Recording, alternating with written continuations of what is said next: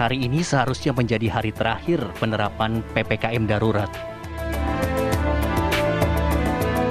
Namun, masih tingginya angka kasus harian COVID-19 di Indonesia membuat pemerintah masih terus mengevaluasi apakah kebijakan pemberlakuan pembatasan kegiatan masyarakat PPKM darurat diperpanjang atau dicukupkan. Sejatinya, banyak hal yang harus diperhatikan jika nantinya PPKM darurat diperpanjang. Hal yang paling krusial adalah bantuan sosial bagi warga terdampak. Pasalnya, penerapan PPKM darurat ini bak buah si malakama. Penting dilakukan, namun aturan yang ketat membuat masyarakat sulit bergerak secara ekonomi.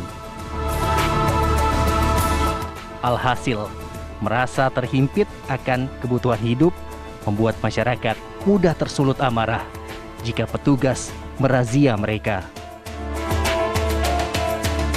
Tim TV One mengabarkan.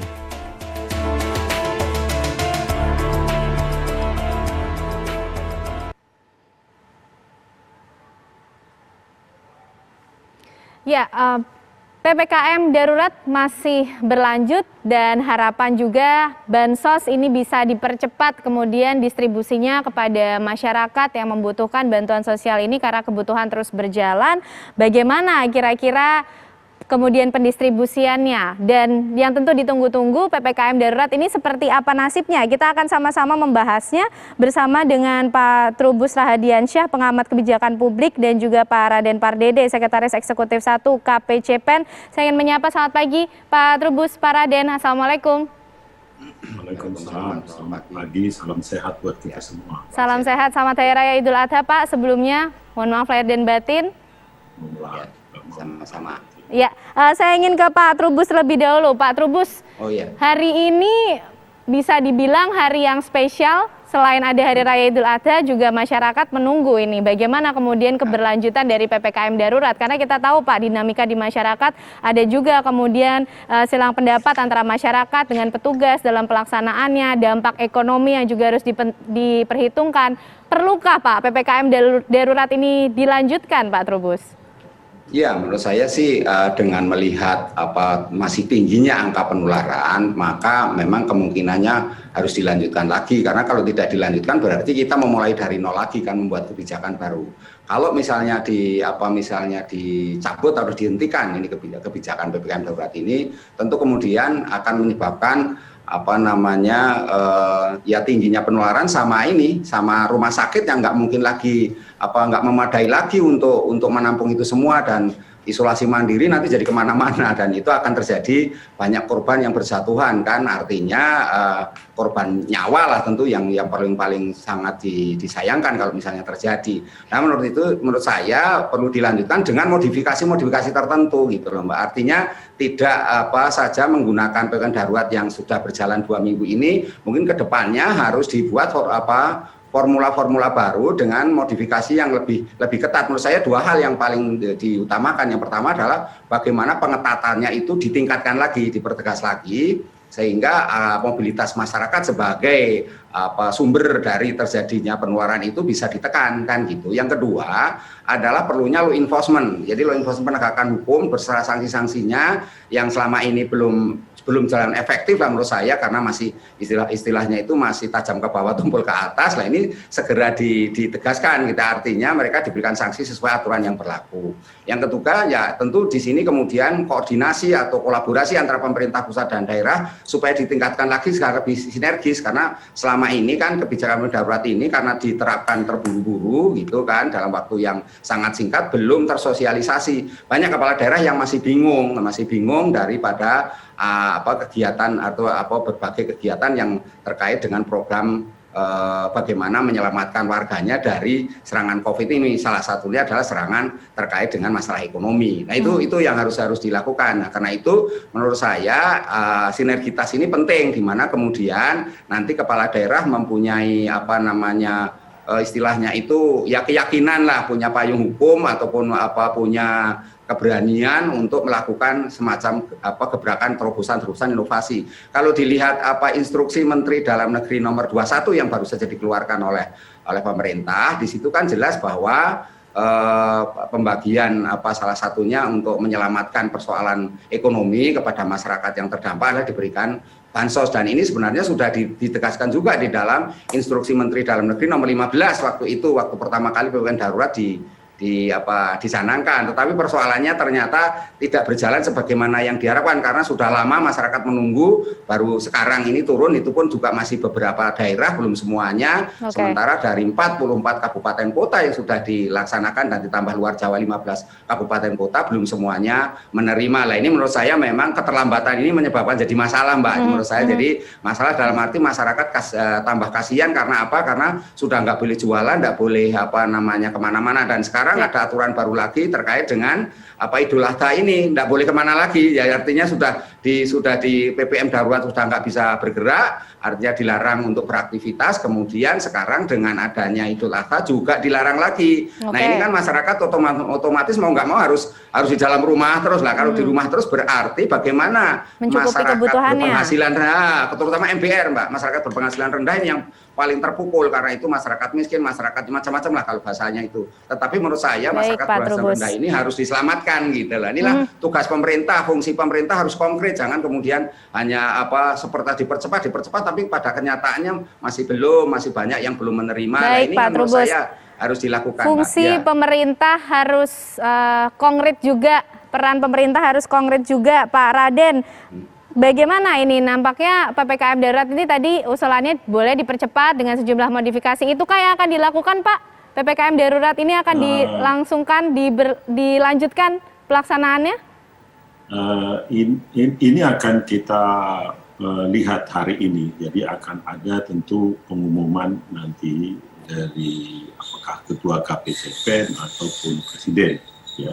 Tapi kelihatannya kalau kita lihat dari data-data yang ada, kelihatannya kemungkinan bisa diperpanjang, ya, akan diperpanjang karena seperti yang kita ketahui bahwa memang kita sangat memperhatikan tadi daya tampung dari fasilitas kesehatan kita yang tidak akan mampu kalau jumlah yang masuk rumah sakit, yang sakit cukup besar. Ya.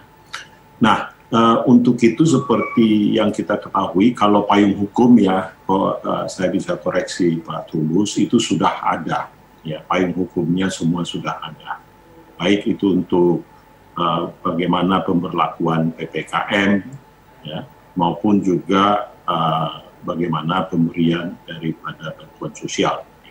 Kemudian juga kita juga melihat tidak cukup hanya law enforcement, tetapi juga cara-cara persuasif.